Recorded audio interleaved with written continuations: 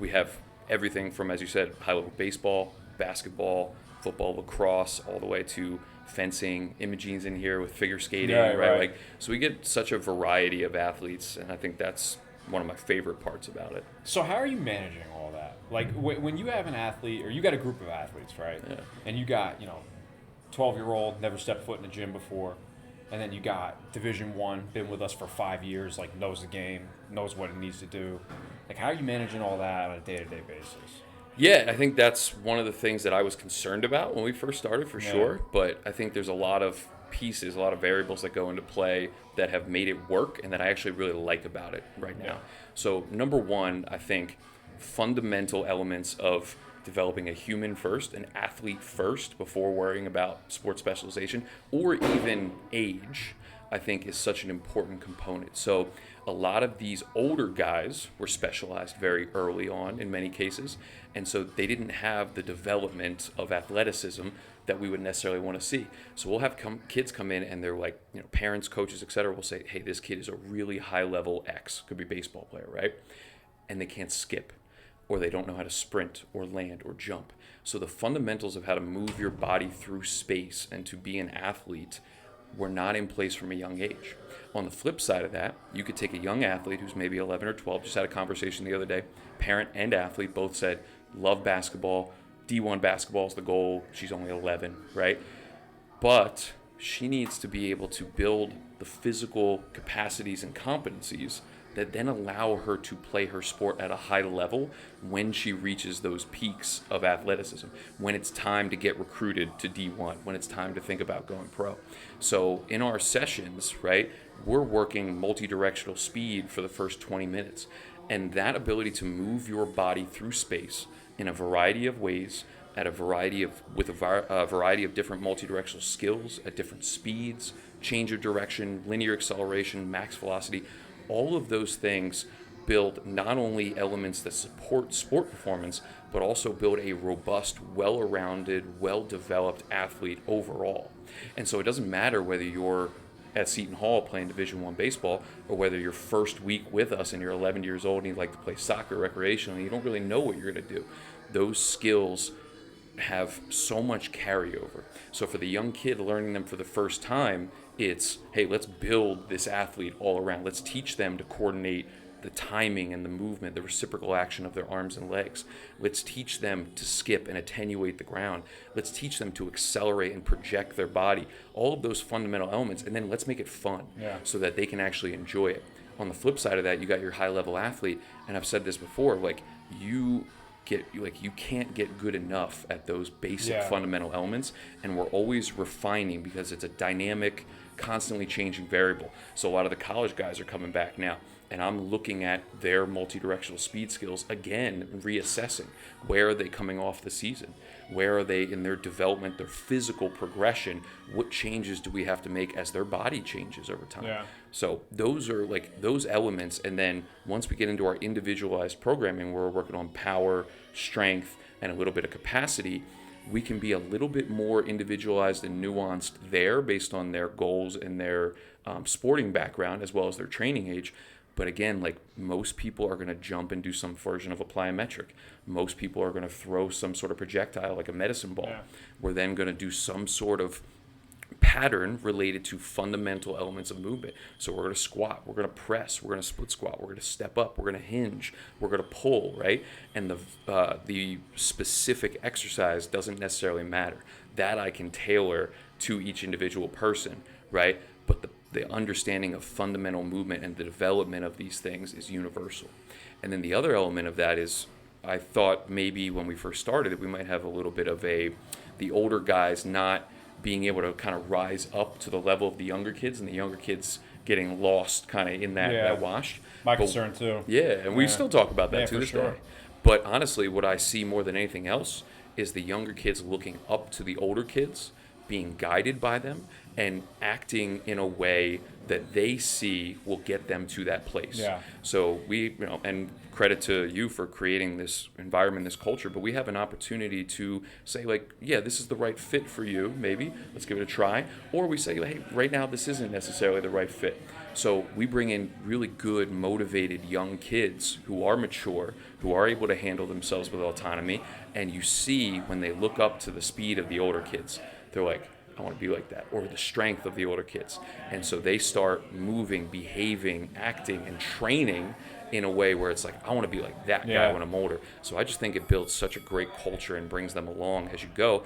And so honestly, like, I think it really flows well with kids who are 10, 11 years old in the same group as high-level Division I athletes. For sure. We were talking about this actually earlier today. Like, and one of the things that I think that, I've always found super important when you do have that element with the young kids and the older kids is like putting a little bit of, asking the older kids to step into a leadership role, right? Big where it's time. like, hey, like, you are the ones now, right? Maybe you started here when you were like 13, right? 12, you were the young guy. Well, now you're 17, you're a senior, and it's like, you're the one the kids are looking to now to see how to act, right? And how to treat other people. And, we get concerns all the time, right? Because we get a lot of kids that come in here who maybe are being bullied, right? Like, we deal with that. Like, those are conversations we have with parents on a regular basis. And it's like parents are nervous to bring their kids in this environment. Well, it's like, if they're not up to snuff, or if they feel like they're not, the fastest in the room, or they know, it's not even that they feel that way. They know, like, they're not going to be the fastest in the room. Are they going to be able to keep up? Are they going to get picked on? It's like, nah, man. Like, Not at all. That's not the way that it works. So I give our older guys a lot of credit for that. I give you a lot of credit for that, for fostering that too. Yeah, but I'm going to give that right back to you because, as you said, like, that's part of it. Because if you have older kids who are treating the younger kids like looking down on them or picking on them for being lesser at this current state, then you don't have that culture. So it goes both ways. The young kids look up to them, the older kids set the standard, but that all comes from the very top down. So you establish that early on, and we got a lot of really good people through that program who have stayed with it, who are the older kids now, and who now start to bring that up with the younger generation. And I think that's just so cool. And like, listen, I was bullied and picked on as a kid. I didn't train like this. I didn't have an environment like this. I was scared of the older kids when I was playing football, when I was a freshman or sophomore, whatever it was. If I had like an older guy in the gym come up and even just give me a pound and say congrats on a PR on my 10 or my jump, and I think that's part of us too. Like, we encourage, hey, we're going to celebrate one of our athletes running their PR in the 10 just as much as we celebrate one of the older guys setting the gym record in the 10. Those things are just as important. One is not cooler or more important than the other. Pratt used to bust my balls all the time when we were working together. He'd call me a confetti thrower because every time somebody would do something well, I'd be like, yeah, there you go. Yeah, exactly. Look over, he'd be laughing at me like, throwing confetti. Classic. It goes a long way, man. I don't know. You can't help it. What do you want me to do? It does, and you see it. We literally had a kid recently who Mike and I, Mike Given, the assistant coach on the floor, we looked at each other and we're like, this is a totally different kid. And then we come to find out that he made a higher level team in hockey. Mom is like, I've never seen his confidence like this. He's performing better on the ice. And now, like, you literally see the physical manifestation of that. The bounce on his skips, the pop on his sprints. Like, yes, he's growing. He's been training for a while now, so maybe you're starting to see the linearity of that. Starting to see biology take over. Yeah, but like, his personality has changed too. He was the most quiet, kind of tucked over, rounded kid. Didn't really communicate with anybody. We used to have to get on him. I'm like, I can't hear you. Like, I'm standing right next to you and I cannot hear you. Like, I need you to speak up. And now he comes in, he says hello to everybody, looks you in the eye.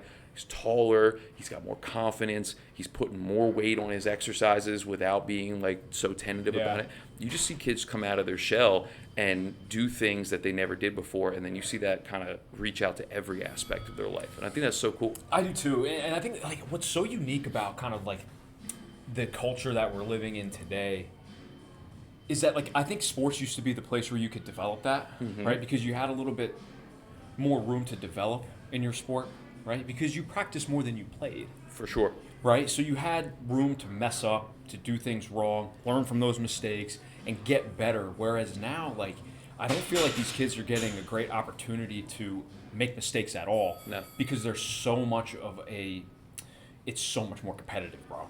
Like, and the stuff that I hear every year, dude, I feel like it's getting more and more and more competitive earlier and earlier and earlier. Bro, some of the stories I hear from like 8U baseball, I'm like, is it 8U coach pitch? It's crazy. It's like, crazy. Traveling to tournaments, playing in Texas. I'm like, what are we doing? Yeah. So now, like, you got an 8-year-old playing 100 games a year.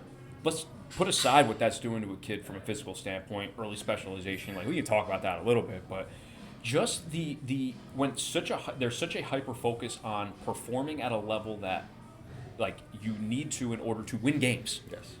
right, and win these tournaments and Get these recruited. looks, get recruited, right? So Yep. the pressure is on from such an early age. There's no space to make mistakes. 100%.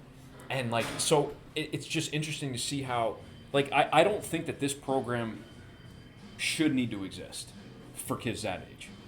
Like, I think it needs to exist to create the space for things they're not getting and playing their sport, and making up for time that they're not getting to be able to develop athletic qualities with things like playing on the playground, playing pickup ball.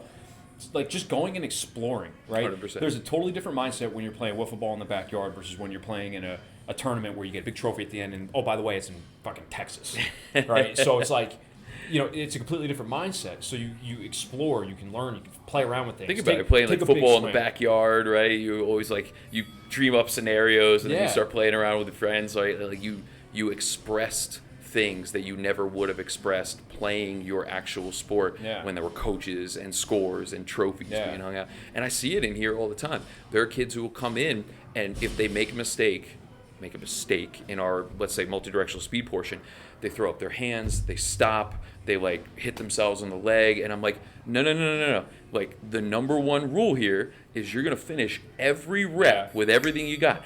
I don't care if you mess up. I don't care if you make an error. That is an opportunity to learn. I'm not going to get on you for making the error. I'm going to say, hey, what did you do? What did you feel there? What did you do wrong? What could Yeah. we maybe improve on next time? But I want to see the effort, the enthusiasm, the excitement, even when you make that mistake, you go 100 million miles an hour, Yeah. because this is the space where you can make mistakes. This is the space where you can make errors and learn, because I'm not controlling your playing time.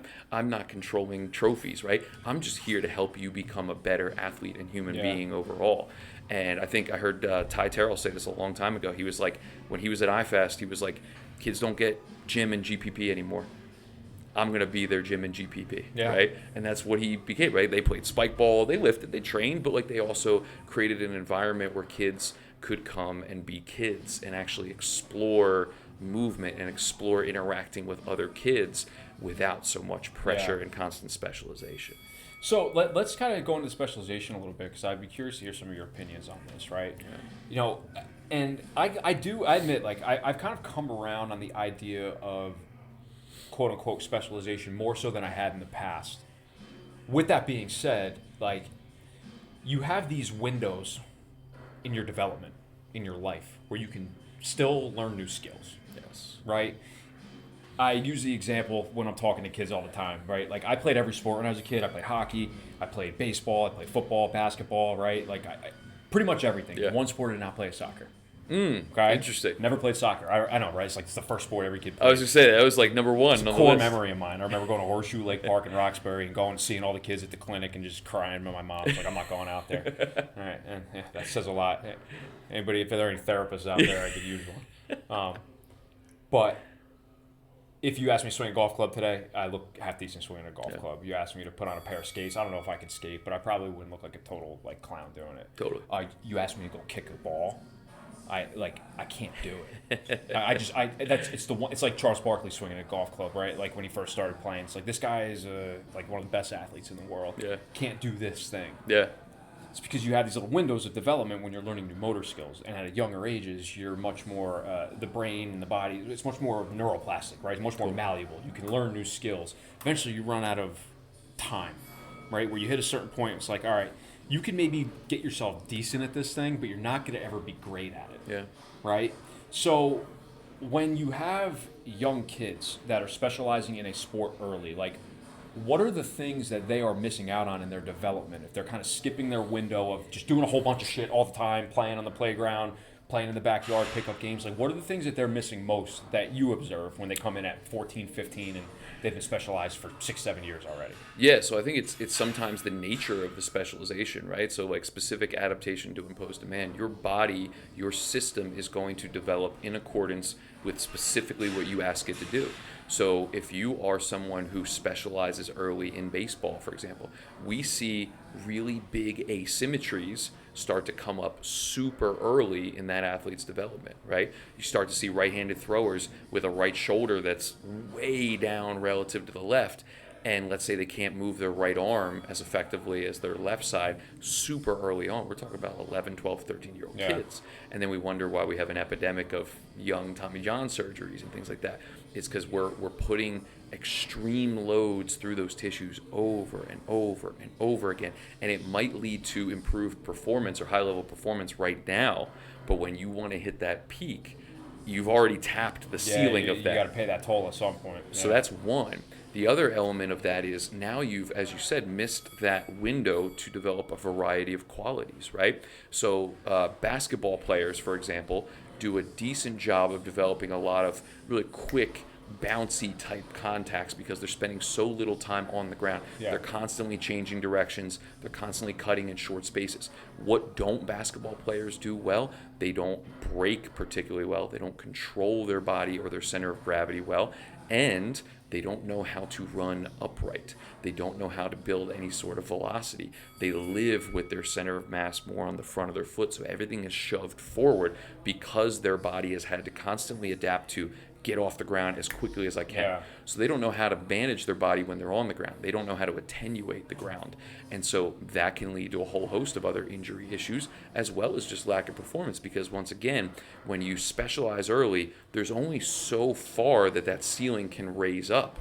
And so a lot of these kids are tapping into their athletic ceiling earlier and earlier and earlier. It's why in the population I used to work with, figure skating, like the tap out age for when you're going to be elite is in like your early 20s. Like you're already past your prime by that point because they specialize early, they hit their peak early, and then they burn out early, right?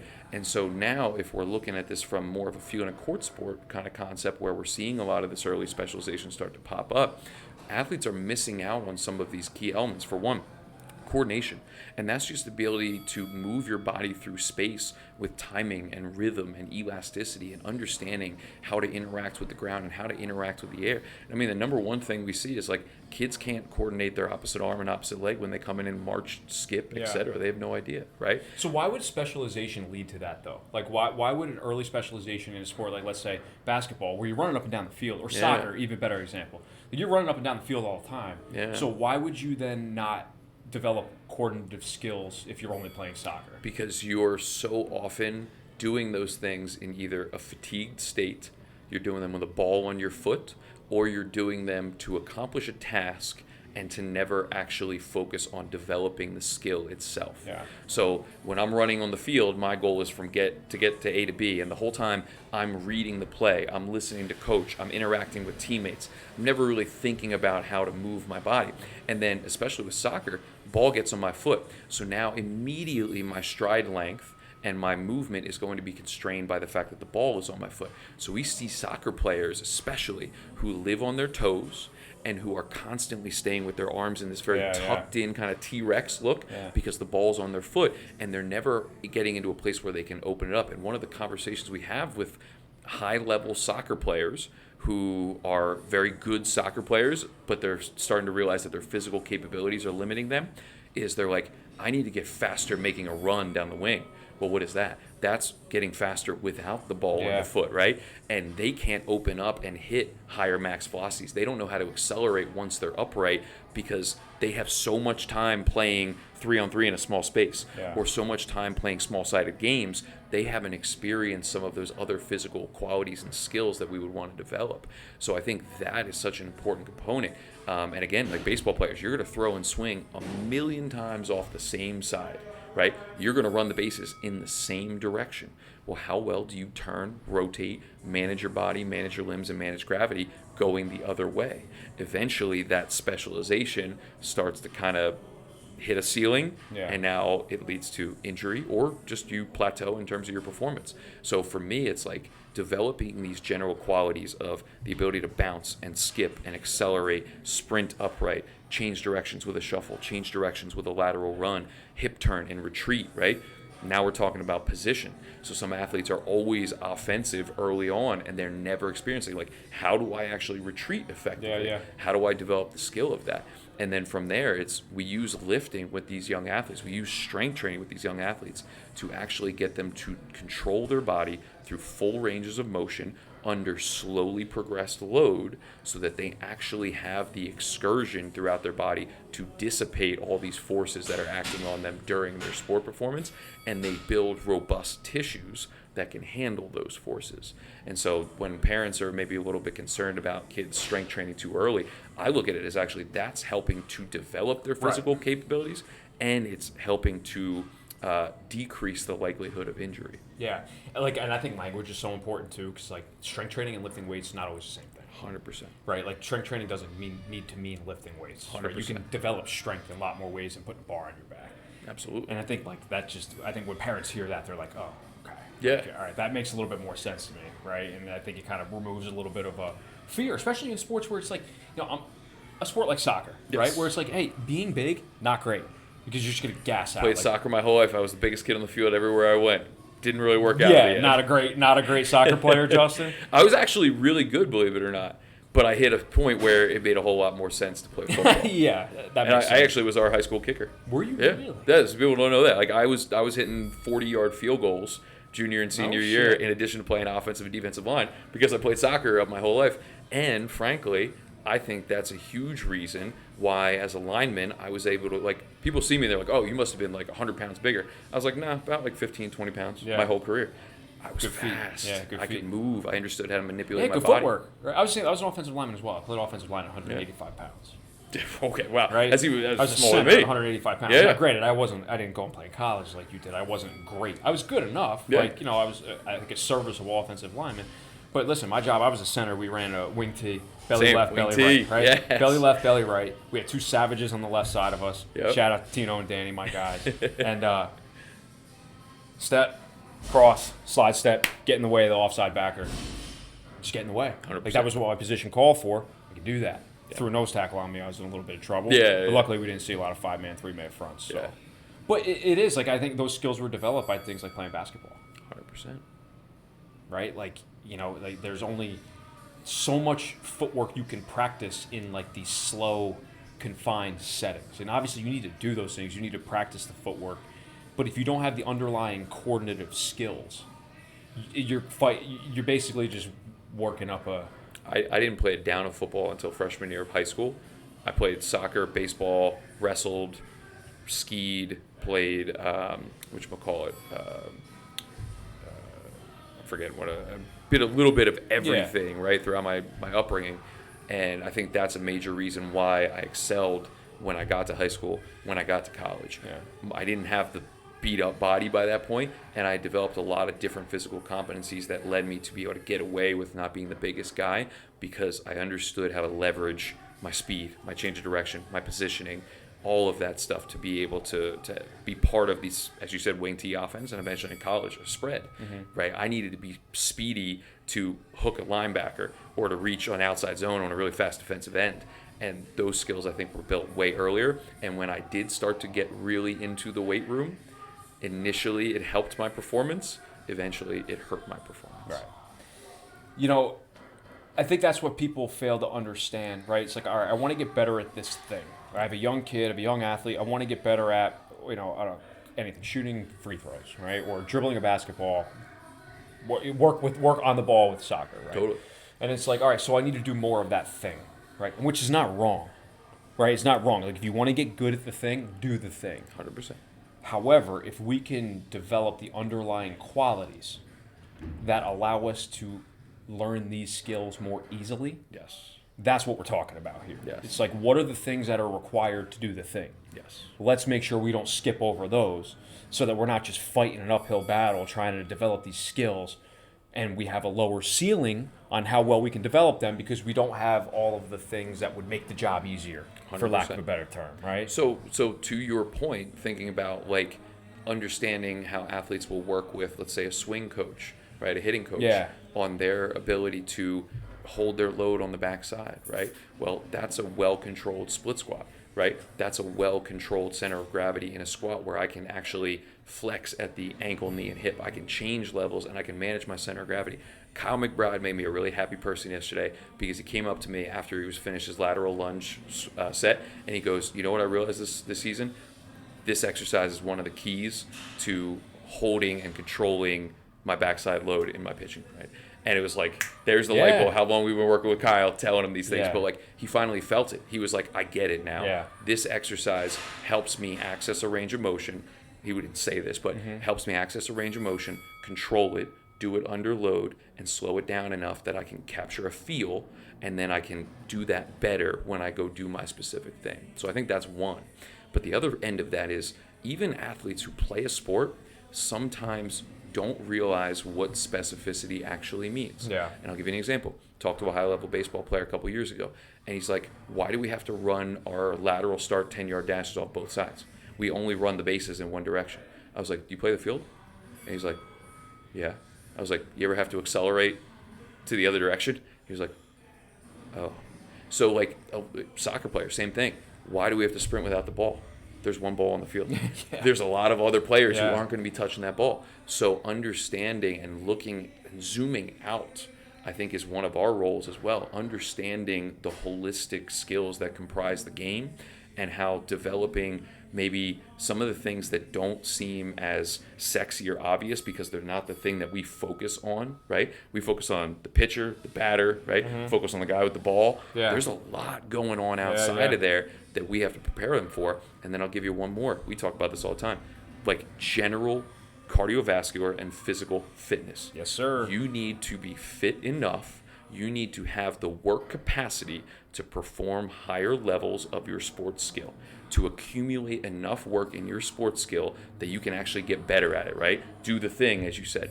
If I'm not fit for that purpose, I am immediately limiting how much volume of that sports skill I can execute, and I'm potentially capping that ceiling earlier where I start to get negative ramifications. Right. So if I don't have the underlying cardiovascular fitness and I'm shooting free throws, right? Maybe I can shoot 100 free throws with good technique before my body starts to fatigue. Yep. Whereas if I have a more well-developed cardiovascular system, and better fitness, just underlying fitness, maybe I can shoot 200 before I start to fatigue with good technique. Yes. So now, stack that up, maybe 3 free throw sessions a week over the course of 6 months.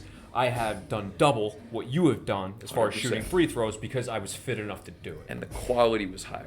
quality so was higher. Coach is standing there saying, get your elbow up, get your elbow up. Why can't you get it? You just did it on the first 5.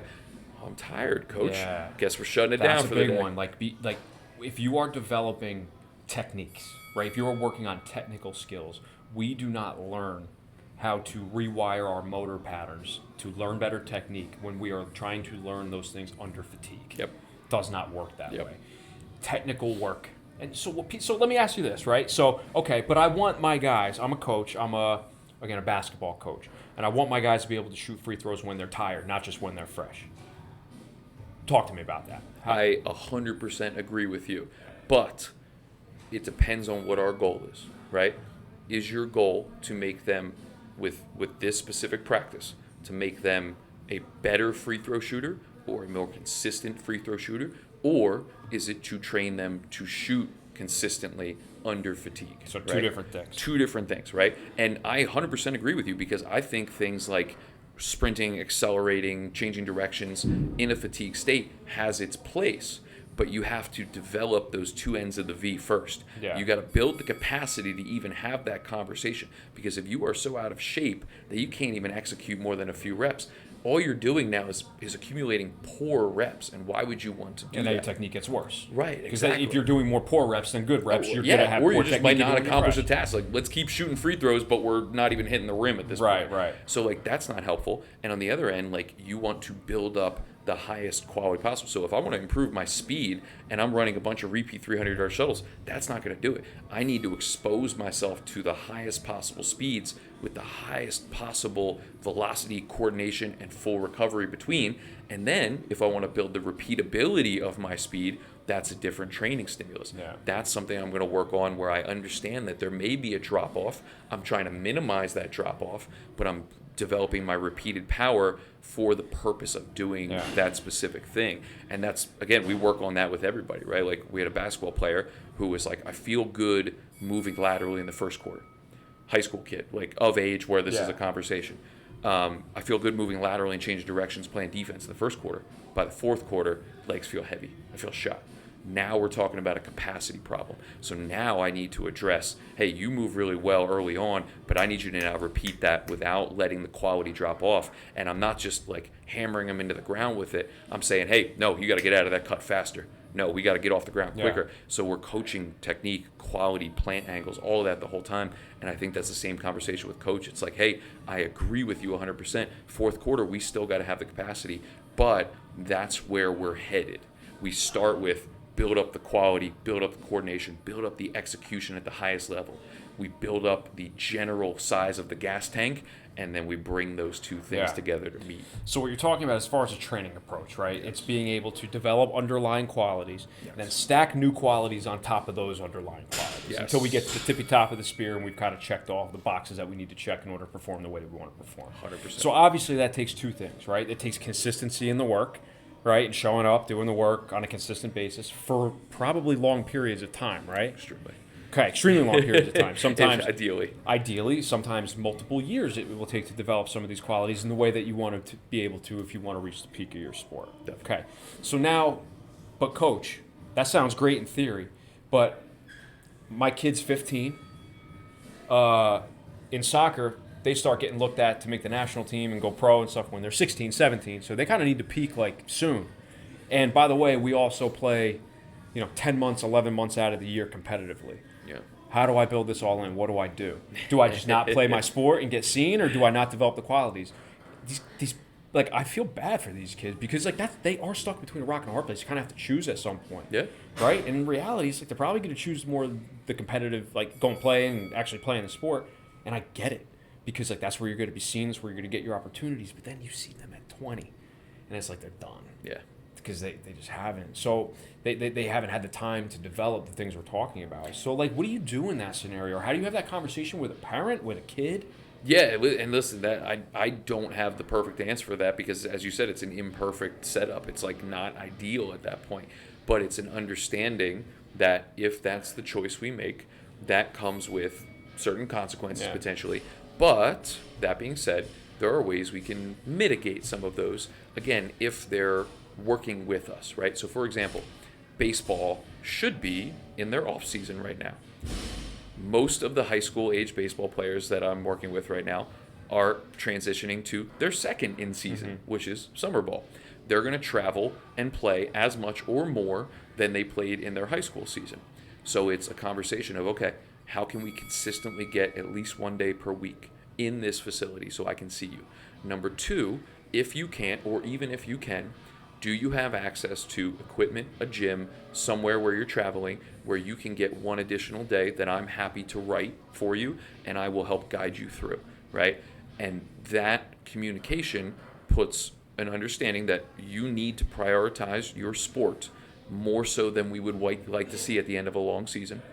But we also know that there needs to be an element of development that takes place here because your main event is the next high school or college season in the spring. Yeah. So even though we can't devote this as a true off-season period yet, we need to start laying the foundation, laying the base of that pyramid and building on it so that when it comes fall and winter, when you do want to really get after it in the weight room to prepare for the spring season, we're not starting from zero, right? Yeah. So now that, to your point, adds up, right? This is a year-round problem that you have to solve, and it's in season too. So that conversation on the initial intake or conversation is this is not just 3 months. This is not just 4 months. Yeah. It's the expectation is we're going to continue to train in season for the purpose of not only maintenance, maintaining health, power, speed, strength, etc., but also because those, let's say 12 sessions across the course of a 12-week season or even more are now going to accumulate each year. That's 12 extra sessions that you got that you wouldn't have had before. That helps the development that we were just talking about. Same thing with the guys in the summer.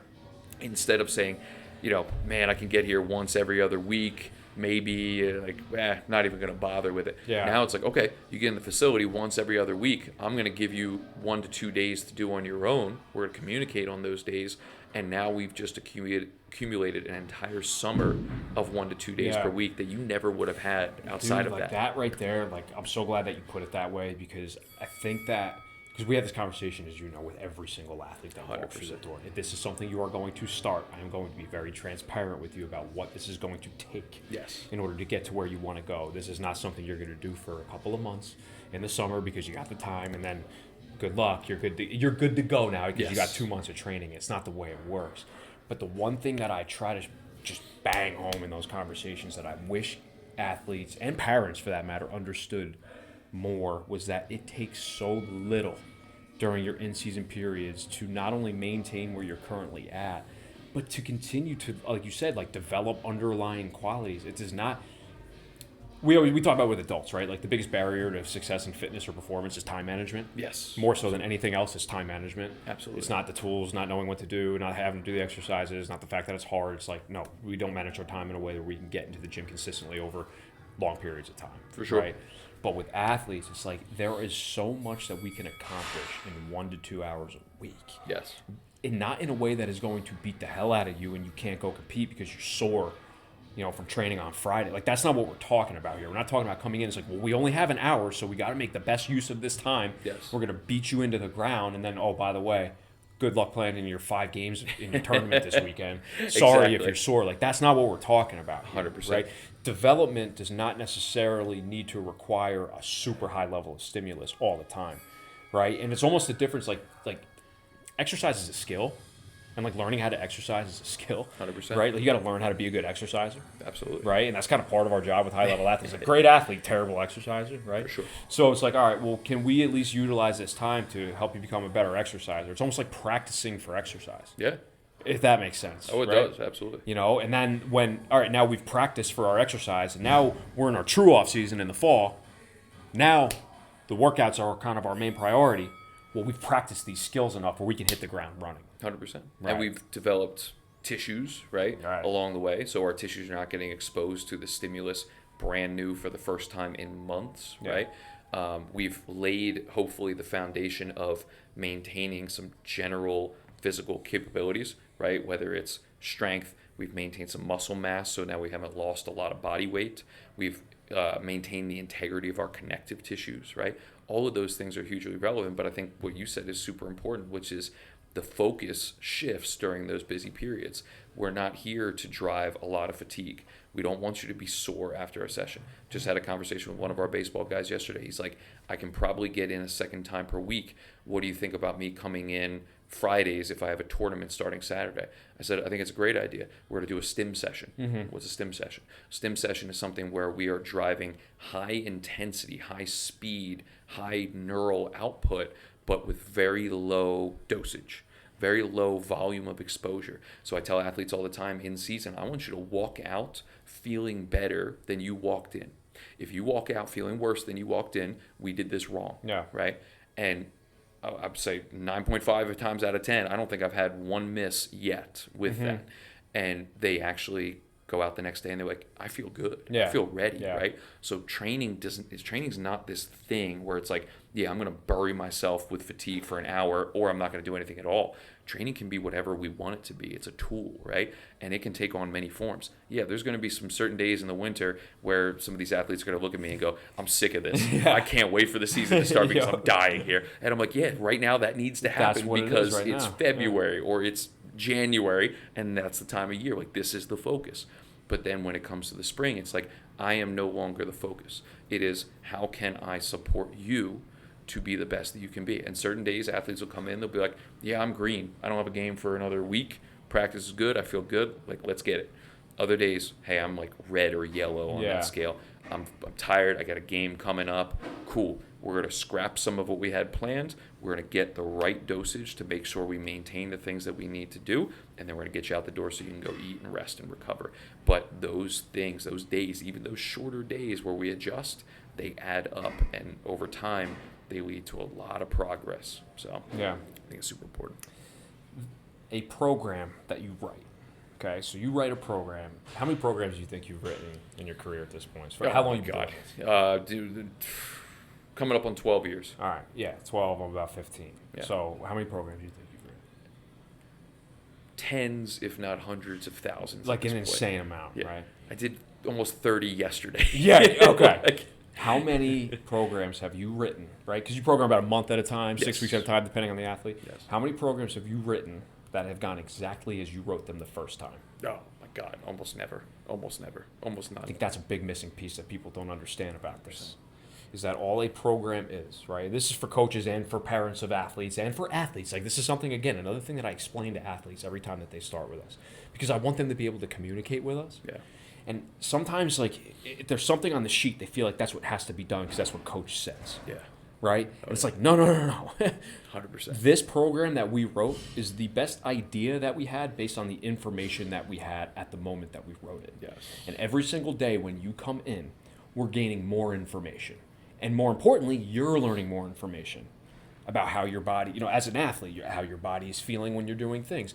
How do I feel the next day? How am I recovering from this? Was that too much? Was that too little? Yeah. Do my joints hurt? Is my ankle sore? Is my hip hurting me? Whatever the case may be, that's all information. Yeah. Right? And we're also saying, are we making progress? Like, these are things that we're looking at on a daily basis. And the more information that we get that comes in, the better decisions we can make. Totally. So if we're getting all this new information in every single training session and we're just continuing to do the thing that we said that we were going to do when we had less information, when we first wrote the program, like, that doesn't make sense to me.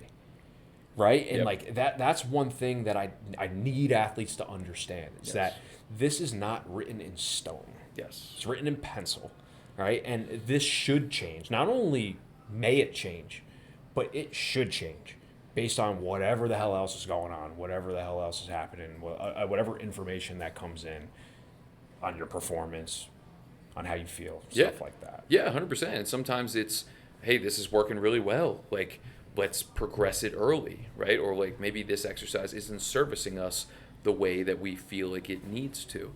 So we're going to make an adjustment. Maybe it's we're going to scrap this whole thing and go a different direction because something came up, something changed in your calendar, or something happened. So it's constantly auditing yourself as a coach, constantly taking a red pen to what you're doing. And then lastly, as you said, having the conversation with the athletes so they understand that this is a bi-directional relationship. The information has to go both ways. This is not I come in, coach tells me what to do, and I just do it. This is I want to learn from you. What are you feeling? What do you like? What do you think helps you? What are your goals? And then what things maybe aren't servicing you in the way that I thought they were. And so then I'm constantly changing, redirecting, or adjusting based on not only objective data that I'm getting, but also on changes in athlete schedule. And I think part of this goes back to, like, from an athlete perspective, coach is seen as this authority figure. Yeah. And other coaches in the industry, when you go through school, you're taught this quadrennial cycle, 4 years. You're going to program like in all this big block. It's like, that's not real life. Yeah. And so we have to not only have coaches who are coming up understand that it's okay and absolutely necessary to change your plan, because all it is your best educated guess based on where you are now. So I'm going to set out that educated guess, I'm going to lay out a plan, and then I'm going to adjust as I see the outcome of that plan unfold.